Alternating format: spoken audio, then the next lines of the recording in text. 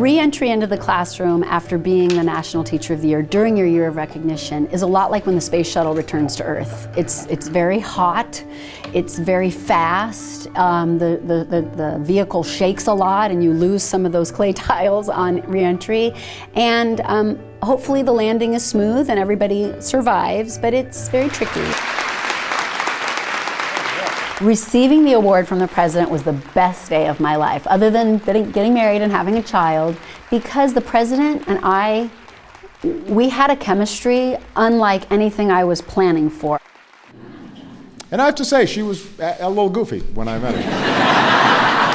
And it was so perfect. I couldn't have written it to happen better than it did, and I'll never forget it. She was back there teasing me and asking Arnie about our basketball games and stuff.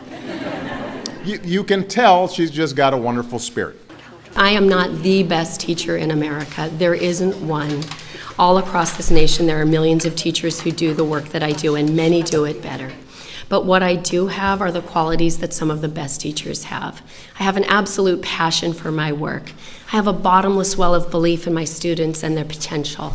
I was born in Napa, California in 1968 to two public school teachers, Bill and Sue, and had an idyllic childhood in a far too small town that I was anxious to get out of.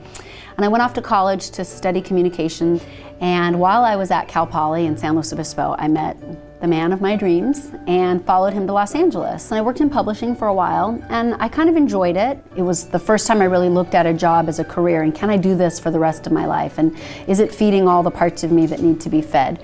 And it really wasn't. And so I quit the job in publishing, and I went completely in another direction. I became a floral designer.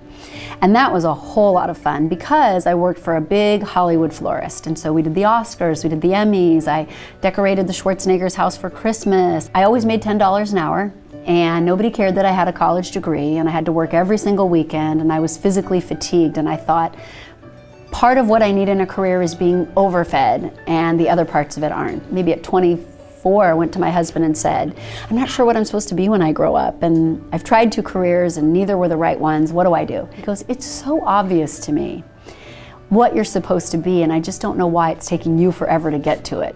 As he's cackling at me, he says, you're supposed to be a teacher. And I said, God, you're right, it's so true. And it was the first time that I was able to admit that and not freak out about it.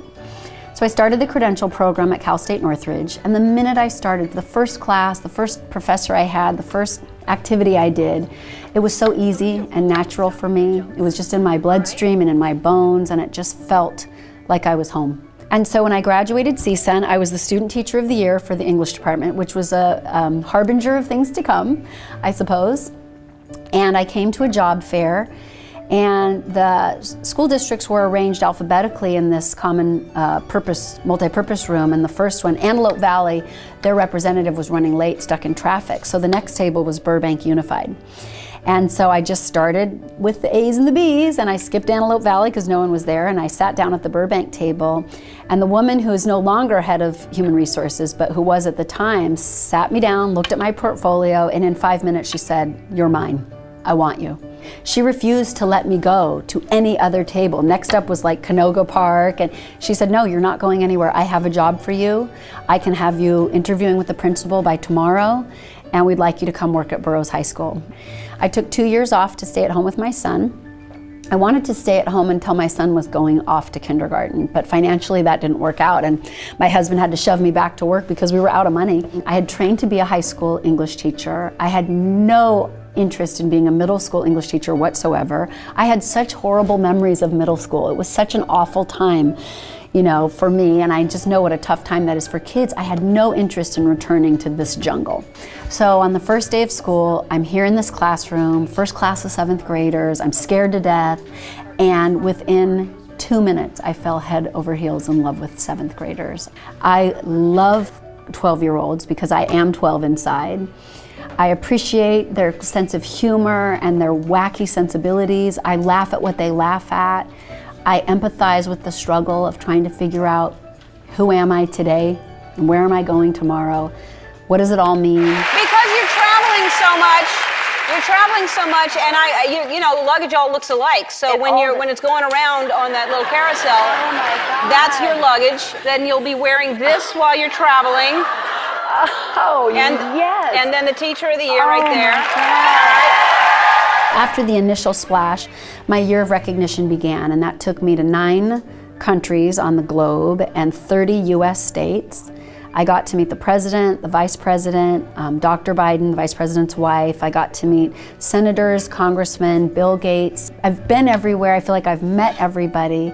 And the most important part that's been the most fun for me is to get to share the story of the American public school teacher. Becoming the National Teacher of the Year was something that was never on my radar. It's my privilege to introduce to you the 2012 National Teacher of the Year, Rebecca Mielwocki. It's not really anything teachers, I think, go into teaching for. We don't go into it for the accolades or the money or the pats on the back, because sadly those don't come an awful lot.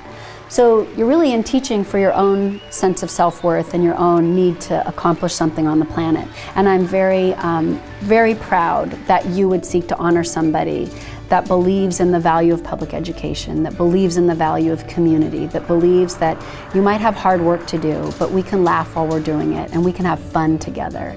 And that there's nothing more important really than supporting children and giving them the tools to go be whatever it is they're supposed to be, but to be really good at it, to leave the world a better place when they're done, to have as much joy as possible while they're doing it, and to leave a lasting legacy that is beautiful.